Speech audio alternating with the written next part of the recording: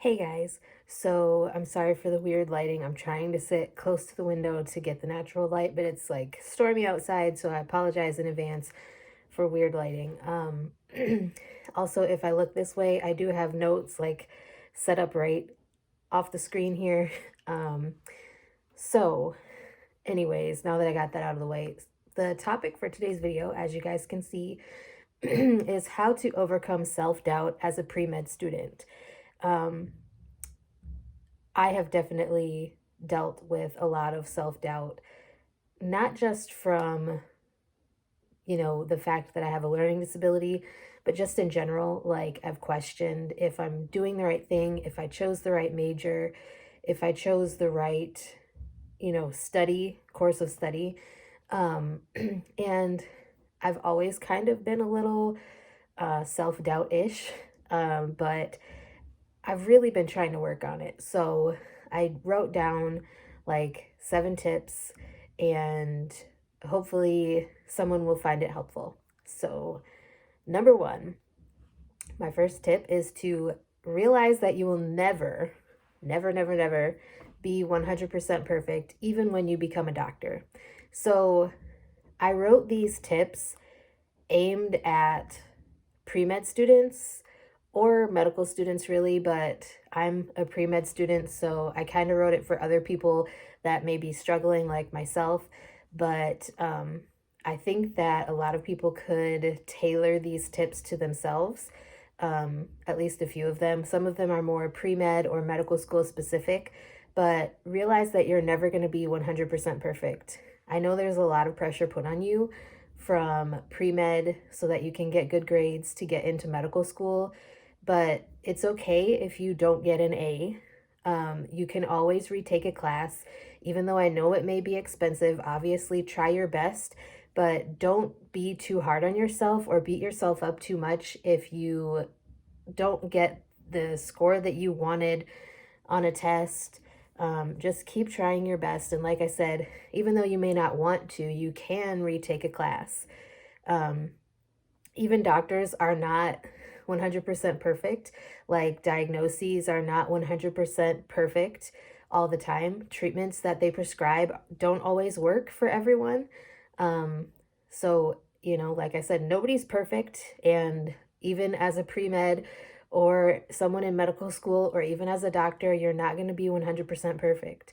Number two would be to find a way to cope with all of the stressors that are placed in your life because of medical school, pre med, or whatever else may be going on in your life. You have to find a healthy outlet. Like I was thinking to myself yesterday, I need to schedule in days where I just do things that I enjoy doing.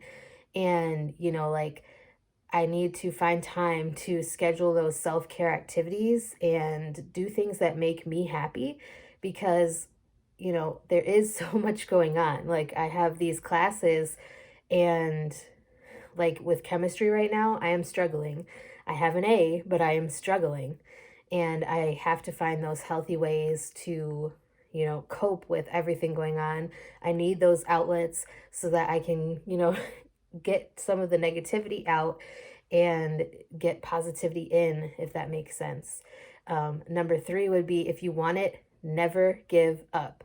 Like I was saying in the first tip, it is possible for you to retake a class. Medical schools, I think, will also realize that you are the type of person that doesn't give up if they see that you maybe didn't score as good as you wanted to in one class, and you took it again and you worked hard and you passed it. They will see that you are resilient. Um, Not like, there's so many people that have to retake a class or two to get a good grade, to bump the GPA, to look better on a medical school application. And so you definitely would not be the first person to have to do that. Number four, they wouldn't have accepted you if they didn't think you could do it. That one is tailored more specifically to people that are in medical school, but also people that are in my program, my pre-med track program at the college that I go to. It is a very competitive program just to get into the pre-med track. Um, and they don't accept everyone. Like, there are schools that will accept everybody for undergrad on a pre-med track, but they don't accept everyone at the university that I go to because they like to keep it competitive, and they like to admit people to that program that have the drive to succeed. And so, they wouldn't have accepted you if they didn't think you could do it. And I have to remind myself that on a sometimes almost daily basis, because lately with chemistry and everything, I've been really frustrated. So, you know, just believe in yourself a little bit more. My number 5 tip would be, don't be so hard on yourself. And I needed to take this advice for myself because I am a huge perfectionist when it comes to my grades, when it comes to, studying, and I am always focused on my GPA. And even my therapist told me I need to like realize it's okay to not be so hard on myself, to enjoy the learning process, because I stress myself out so much. Like, um, over the last few days, on Monday, we had our first exam for my chemistry class, and it was moved up a whole week, and we were supposed to have this whole week to study. Our chemistry exam was supposed to be next Monday, and the professor moved it up. So I was very, very stressed out. I barely slept because I was so stressed out about this chemistry exam. I ended up getting an 82 out of 100, which is not what I wanted to get. But I told myself, even with such little time, like I had maybe 2 days, three tops, to study for the chapter 3, because exam 1 was on chapters 1, 2, and 3. And so it was very stressful. I really barely slept the night before I took the exam, but I need to not be so hard on myself. And, it helps a lot if you don't put that much pressure on yourself. So, number 6 would be to read your personal statement if you have one, or talk to friends or family so that they can remind you about your whys. When I say whys, I mean like your purpose. Why did you choose to go pre-med? Why did you choose to go to medical school? Why did you choose to go to college in the first place?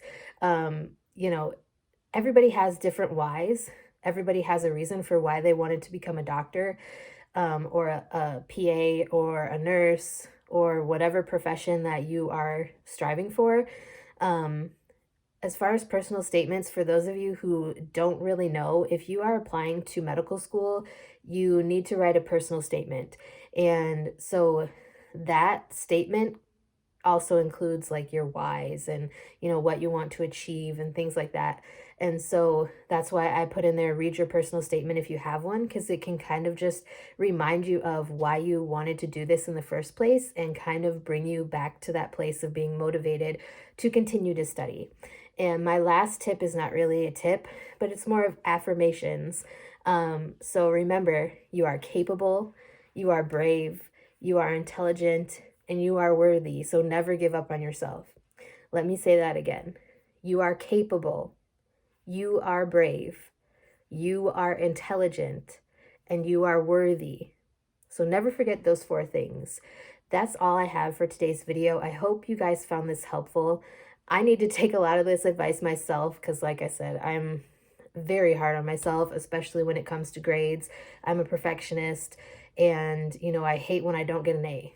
So there's that. But anyways, let me know if there's any other topics that you guys would like me to record for my channel, or like me to address in a future video. And I would be glad to get something filmed for you. And with that being said, I hope you guys are having a wonderful day. Don't be too hard on yourselves. And remember those affirmations. I'll see you guys next time.